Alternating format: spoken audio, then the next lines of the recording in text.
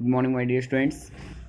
मैं आपका एसएसटी अध्यापक शुभम तिवारी, माया ज्ञानोदय संस्कार अकादमी बिरधा ललितपुर से आप सभी विद्यार्थियों का आज की इस वीडियो क्लास में बहुत बहुत स्वागत करता हूँ।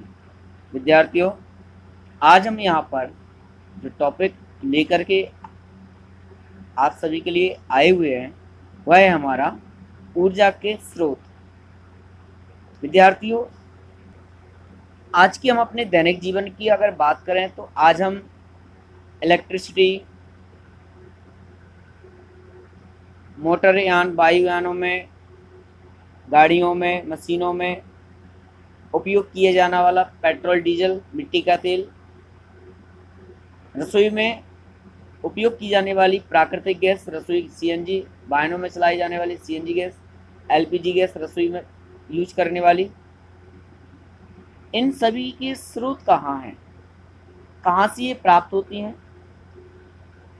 और किस किस प्रकार से इनका हम अपनी आवश्यकता की पूर्ति को पूर्ण करने के लिए इनका दोहन करते हैं,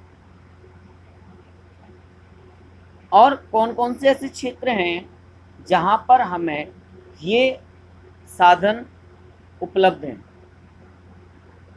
आइए इस टॉपिक पर सूक्ष्म चर्चा करते हुए इस टॉपिक को आगे लेके चलते हैं।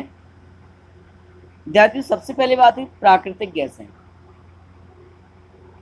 Natural gases. विद्यार्थियों, अभी हमने पिछले टॉपिक पे अध्ययन किया था पेट्रोलियम पदार्थों के बारे में। ये पेट्रोलियम पदार्थों का निर्माण कैसे हुआ, कैसे इन्हें प्राप्त किया और फिर कैसे इनका उपयोग किया। तो प्रायः पेट्रोलियम पदार्थ के संसाधन या साधन जिस क्षेत्र में उपस्थित हैं, जहां से इन पेट्रोलियम पदार्थों को प्राप्त किया जाता है, वहीं पर उन्हीं कुओं के अंदर प्राकृतिक गैसें भी उपस्थित होती हैं। विद्यार्थियों, अगर इनके क्षेत्र की बात करें तो अधिकांशतः ये सागर, महासागर, इन तटीय क्षेत्रों में प्राप्त होते हैं। अब तटीय क्षेत्रों में जब इनके स्रोत प्राप्त होते हैं तो इन स्रोतों से हम प्राकृतिक गैसों को मशीनों के माध्यम से निकालते हैं और फिर हम इनका उपयोग विभिन्न प्रकार से करते हैं। गैस चूल्हा, बिजली के उत्पादन बनाना, मोटर इंजन, मशीनों को चलाने के लिए, इन सभी के लिए फिर इन चीज़ों का उपयोग किया जाता है। विद्यार्थियों, पेट्रोलियम पदार्थ, कोयला या प्राकृतिक गैस है, ये जीवाश्म ईंधन कहलाते हैं क्योंकि यह जीव जंतुओं या पेड़ पौधों के अवशेषों से प्राप्त होने वाले साधन है। विद्यार्थी, उनको अनवीनीकरण स्रोत भी कहते हैं क्योंकि एक बार इनकी समाप्ति पर इन्हें दोबारा प्राप्त नहीं किया जा सकता और इनके निर्माण में हजारों लाखों वर्ष नहीं, करोड़ों वर्ष बीत जाते हैं, तब कहीं जाकर के इनका निर्माण होता है।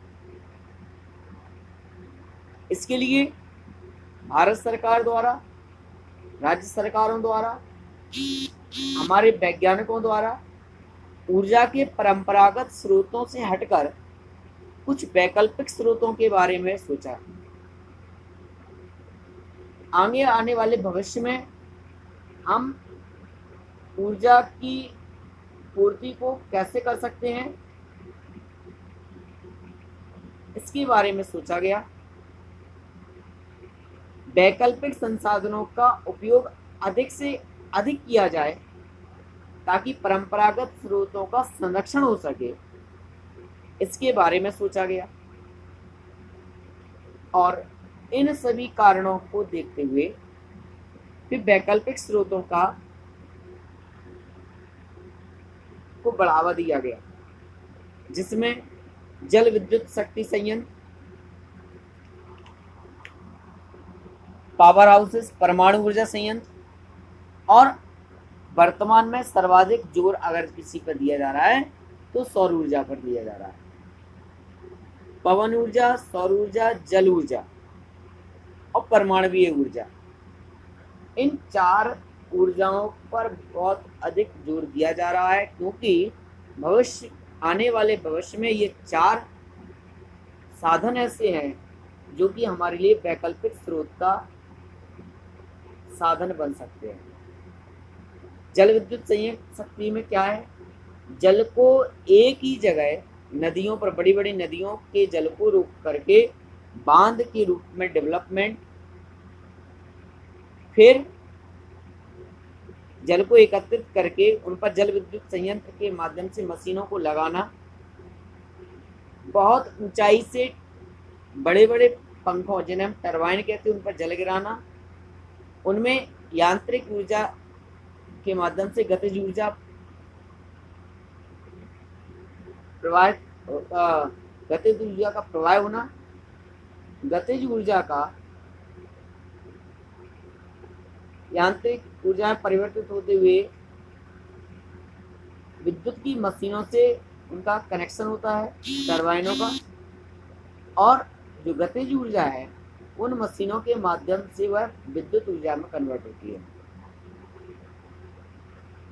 विद्यार्थियों, पहले इस समय में विद्युत कैसे बनी, कोयला का उपयोग करके, कोयला का दोहन करके विद्युत का उत्पादन किया गया, परंतु कोयला खनिज जो है एक अनवीनीकरण स्रोत के साथ साथ इसमें खर्चा बहुत आया, तब दूसरा वैकल्पिक स्रोत आया जल विद्युत ऊर्जा का।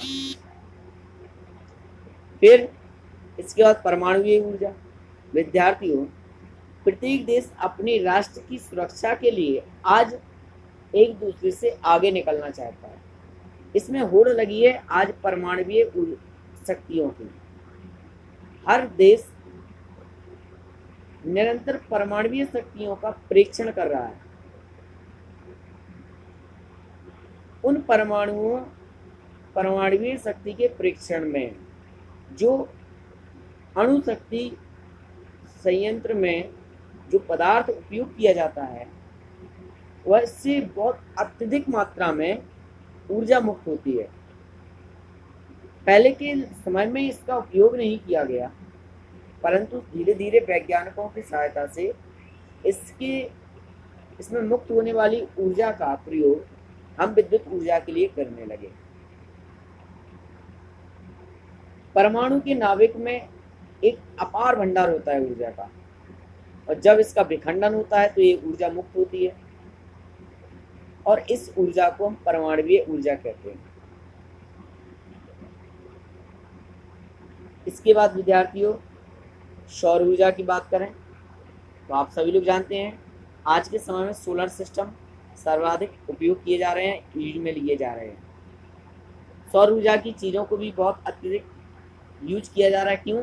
एक तो वोल्टेज बहुत कम लेती हैं और लॉन्ग टाइम उनकी प्रोसेस होती है, सर्विस होती है। सूर्य से प्राप्त होने वाली ऊष्मा की जो शक्ति है उसको हम सौर ऊर्जा कहते हैं। सौर ऊर्जा से विद्युत ऊर्जा को बनाने के लिए सोलर सेलों का प्रयोग किया जाता है, जिससे कि ऊर्जा उनमें ऑब्जर्व होती है और इन सेल बैटरियों के माध्यम से वह सौर ऊर्जा विद्युत ऊर्जा में कन्वर्ट होती है, जिससे कि हम विद्युत के बहुत सारे उपकरणों का उपयोग कर सकते हैं। विद्यार्थियों, भारत सरकार का यह लक्ष्य है। भारत जलवायु कार्य योजना के अंतर्गत सन 2030 तक हमारे भारतीय प्रधानमंत्री